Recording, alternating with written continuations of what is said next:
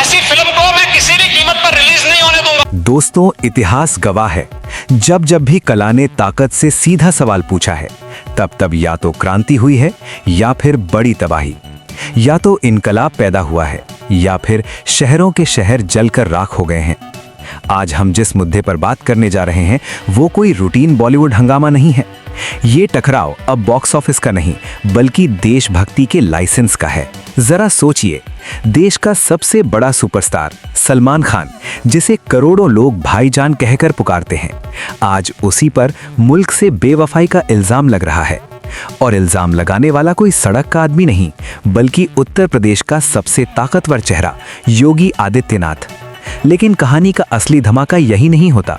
इस जंग में अचानक एंट्री होती है भारतीय सिनेमा के सबसे बड़े नाम की, रजनीकांत, जिन्हें दुनिया थलाइवा कहती है। सवाल ये है, बैटल ऑफ गलवान के उस सिर्फ 1 मिनट 18 सेकंड के टीजर में ऐसा क्या था कि कहा जाता है रात के 2 बजे यूपी के टॉप पुलिस ऑफिसर को सीधा फोन गया, इस फिल्म को यूपी की जमीन पर कदम भी रखने मत देना। आज हम उन इनसाइडर रिपोर्ट्स और लीक्ड विजुअल्स की बात करेंगे जो प्राइम टाइम डिबेट्स कभी नहीं दिखाती। और यकीन मानिए, जब आप जानोगे कि सलमान खान ने रजनीकांत को वो कौन सी एक प्राइवेट कॉल की, तो पूरा नैरेटिव उलट जाएगा। लेकिन उससे पहले एक छोटी सी रिक्वेस्ट, अगर आप सच सुनने का जज्बा रखते हो तो वीडियो को अभी लाइक करो। टारगेट है 1 लाख आवाजें। आज पता चलेगा कौन सच के साथ खड़ा है और कौन सिर्फ खामोशी के साथ। कहानी शुरू होती है 27 दिसंबर से, सलमान खान का जन्मदिन, और उसी दिन ड्रॉप होता है बैटल ऑफ गलवान का टीजर। देशभक्ति का माहौल, सोशल मीडिया पर फौज के नारे, सब कुछ बिल्कुल नॉर्मल लग रहा था। लेकिन टीजर के 1 मिनट 12 सेकंड पर एक सीन आता है जो सब कुछ बदल देता है। फिल्म में मेजर विक्रम बने सलमान अपने सीनियर ऑफिसर से फोन पर बात कर रहे होते हैं। आवाज आती है, विक्रम रिट्रीट करो, हेडक्वार्टर से क्लियरेंस नहीं है। और तभी सलमान का किरदार फट पड़ता है, सर, फैसले शीशे के कमरों में लिए जाते हैं पर गोलियां हमें बर्फ में झेलनी पड़ती हैं। आज अगर हम रुक गए तो कल नेता जमीन पर वोट मांगेंगे, लेकिन उसे बचाने के लिए जवान नहीं होंगे।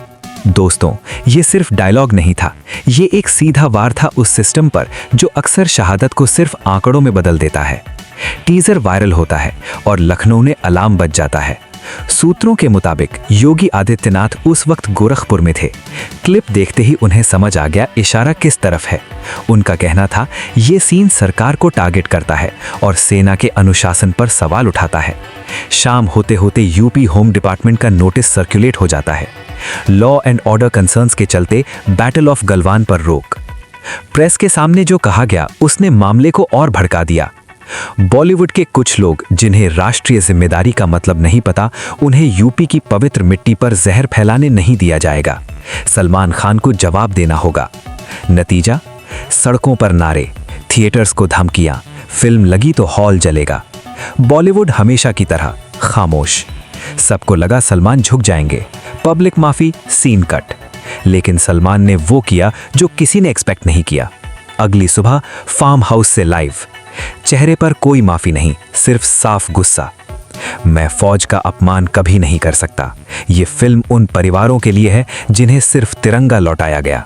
योगी जी इज्जत के काबिल हैं, लेकिन अगर सच बोलना गुनाह है तो मैं गिरफ्तारी के लिए तैयार हूं। सीन नहीं कटेगा।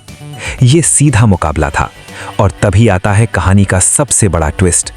ट्विटर पर एक वीडियो ड्रॉप होता है, न मुंबई से, न दिल्ली से, चेन्नई से, और बोलने वाला रजनीकांत। अपनी सादी हिंदी में थलाइवा कहते हैं, सलमान गलत नहीं है, गलवान की सच्चाई छुपाई नहीं जा सकती। एक चेहरे की इमेज बचाने के लिए जवानों की कुर्बानी को सेंसर करना गलत है। अगर यूपी में फिल्म रोकी गई तो मैं खुद लखनऊ आऊंगा। देश सन्न रह गया। रजनीकांत, जो हमेशा राजनीति से दूर रहे, सीधे पावर को चुनौती दे चुके थे।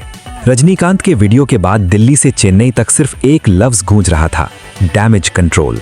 सूत्रों के मुताबिक उसी रात पीएमओ से 3 कॉल्स गईं। 1 यूपी सचिवालय, 2 आईबी हेडक्वार्टर्स और तीसरी मुंबई के एक बड़े प्रोडक्शन हाउस को। मैसेज सिंपल था, इस मुद्दे को फिल्म नहीं, नेशनल सिक्योरिटी का एंगल दो।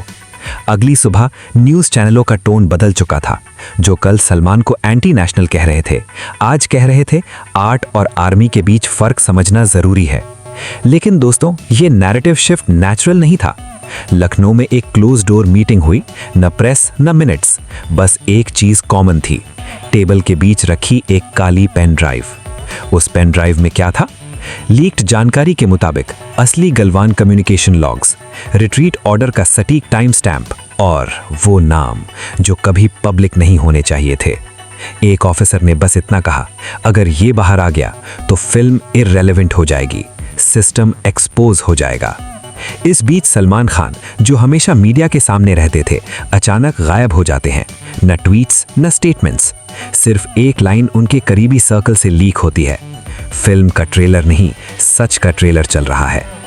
और फिर आता है सबसे अनकंफर्टेबल फेज। फिल्म रिलीज से पहले ही कुमाऊं और हिमाचल के कुछ गांवों में प्राइवेट स्क्रीनिंग्स होती हैं। न मीडिया न कैमरे, सिर्फ शहीद जवानों के माता पिता। एक मां के शब्द, बेटा वापस नहीं आया, पर आज पहली बार लगा किसी ने पूरा सच बोला। ये क्लिप्स कभी टीवी पर नहीं चलती, लेकिन व्हाट्सएप पर आग की तरह फैलती हैं। रिलीज डे यूपी में ऑफिशियली डीलेड, बाकी इंडिया में हाउसफुल। थिएटर के बाहर लोग, आंखों में आंसू, हाथ में तिरंगा, न नारा न हंगामा, बस खामोशी। और शायद यही सबसे बड़ा प्रोटेस्ट था। पावर भी जीती, सच भी जीता। यूपी में बैन चुपचाप हटा लिया जाता है, न माफी न ऐलान, बस एक line, law and order situation under control. Salman ने सीन नहीं काटा, योगी ने बयान वापस नहीं लिया, दोनों अपनी अपनी जगह खड़े रहे। और इसी को कहते हैं कोल्ड रेजोल्यूशन। अब ये सिर्फ फिल्म का मामला नहीं था, ये बन चुका था सच बनाम सत्ता, अभिव्यक्ति बनाम नियंत्रण। आगे क्या हुआ? पीएमओ की साइलेंट कॉल्स, लखनऊ की बंद कमरों वाली बैठक, एक रहस्यमयी पेन ड्राइव और रिलीज के बाद थिएटर के बाहर आंखों में आंसू लिए लोग। ये सब अगले पार्ट में। अब एक सवाल छोड़कर जा रही हूं, ज्यादा जरूरी क्या है, सच या पावर? कमेंट्स में लिखो #टीम सच या #टीम पावर। जय हिंद, जय सिनेमा।